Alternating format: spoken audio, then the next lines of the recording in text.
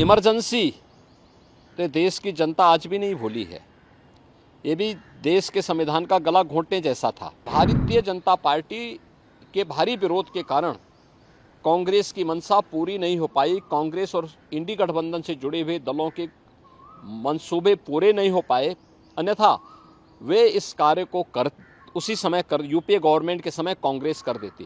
Bharatiya Janata party ही एकमात्र party है जिसने बाबा साहब भीमराव अंबेडकर के मूल्यों और आदर्शों का पूरा सम्मान किया है। कांग्रेस का नेतृत्व पूरी तरह फेल हो चुका है, आप देख रहे होंगे। लोकसभा चुनाव 2024 के तहत 2 चरणों में मतदान हो चुका है। अब 5वें चरण के लोगों के लिए प्रचार जोरों पर है। इस बीच आपको बता दें कि उत्तर प्रदेश के सीएम योगी आदित्यनाथ ने कहा, कांग्रेस, समाजवादी पार्टी और आईएनडीआई गठबंधन से जुड़े हुए जो दल हैं, उनके इतिहास के बारे में हर व्यक्ति जानता है। मुख्यमंत्री योगी आदित्यनाथ ने कहा कि इमरजेंसी को देश की जनता आज भी नहीं भूली है। देखिए, इससे बड़ा सफेद झूठ दूसरा नहीं हो सकता है। कांग्रेस, समाजवादी पार्टी और इंडी गठबंधन से जुड़े हुए जो दल हैं, इनके इतिहास के बारे में भी हर व्यक्ति जानता है। कांग्रेस का इतिहास बाबा साहब भीमराव अंबेडकर के द्वारा बनाए गए संविधान का गला घोंटने का रहा है। 1950 में देश का संविधान लागू हुआ और कांग्रेस ने लगातार अभिव्यक्ति की स्वतंत्रता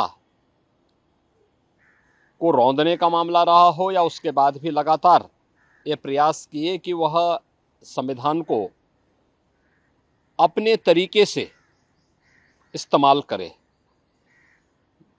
जनता का शासन जनता के लिए है, जन भावनाओं का सम्मान हो, ये कभी भी उसने प्रयास नहीं किया।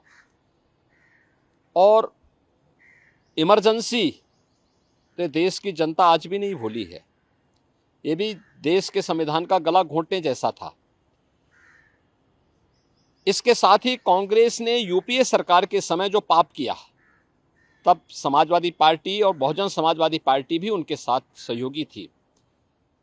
जब उसने अनुसूचित जाति, जनजाति और पिछड़ी जाति के हकों पर डकैती डालने के लिए, सेंधमारी करने के लिए उस समय जस्टिस रंगनाथ मिश्रा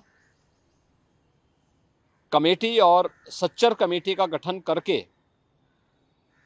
देश भर में संविधान विरोधी कार्य करते हुए धर्म के आधार पर आरक्षण देने का कुत्सित प्रयास किया था।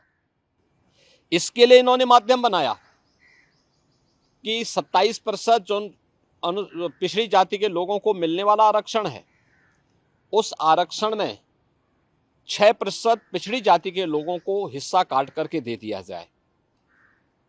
इसी प्रकार से सच्चर कमेटी की रिपोर्ट के माध्यम से प्रयास किया गया था कि अनुसूचित जाति और जनजाति में मुस्लिम समुदाय के भी कुछ जातियों को शामिल करके उनके हकों पर में सेंधमारी की जाए। तो भारतीय जनता पार्टी थी जिसने उस समय भारी विरोध किया था और भारतीय जनता पार्टी के भारी विरोध के कारण कांग्रेस की मंशा पूरी नहीं हो पाई। कांग्रेस और इंडी गठबंधन से जुड़े हुए दलों के मंसूबे पूरे नहीं हो पाए, अन्यथा वे इस कार्य को उसी समय यूपीए गवर्नमेंट के समय कांग्रेस कर देती। कांग्रेस ने इसकी शुरुआत कर दी है कर्नाटक से। कर्नाटक में कांग्रेस ने पिछड़ी जाति के लोगों को मिलने वाले आरक्षण के लाभ में उसने सेंधमारी कर दी है। इलेक्शन कमीशन ने इसके लिए कांग्रेस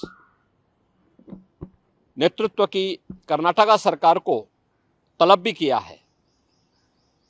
भारतीय जनता पार्टी बाबा साहब भीमराव अंबेडकर, भारत के संविधान निर्माताओं का पूरा सम्मान करती है और उनकी जो मंशा थी, उस मंशा के अनुरूप भारत के संविधान को सर्वोच्च मानते हुए अपने संवैधानिक दायित्वों का ईमानदारी पूर्वक निर्वहन करने की पक्षधर है। भारतीय जनता पार्टी ही एकमात्र पार्टी है जिसने बाबा साहब भीमराव अंबेडकर के मूल्यों और आदर्शों का पूरा सम्मान किया है पंचतीर्थों का निर्माण किया है और 2025 का वर्ष राष्ट्रीय जनजाति गौरव वर्ष के रूप में मनाने का भी निर्णय भारतीय जनता पार्टी ने अपने संकल्प पत्र में भी इस बात को कहा है। स्वाभाविक रूप से भारतीय जनता पार्टी धर्म के आधार पर किसी भी प्रकार के आरक्षण का विरोधी है, क्योंकि भारत का विभाजन धर्म के आधार पर हुआ था, मजहब के आधार पर हुआ था।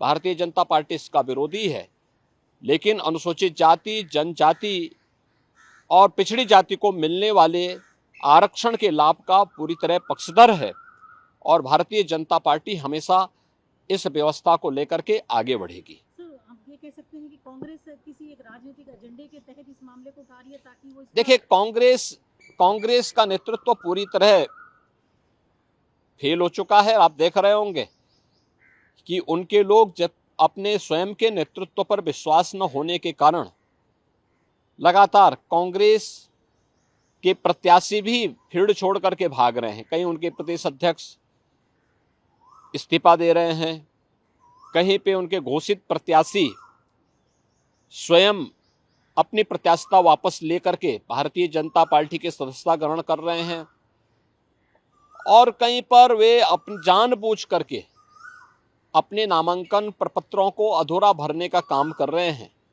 ये नेतृत्व के प्रति इससे बड़ा विश्वास दूसरा नहीं हो सकता है। तो अपनी इस खींच को मिटाने के लिए वह इस ओर जनता का ध्यान न जाए, इसके लिए वह उल जलूल और मनगढ़ंत आरोप लगा करके देश के ध्यान को बांटने का प्रयास कर रहा है।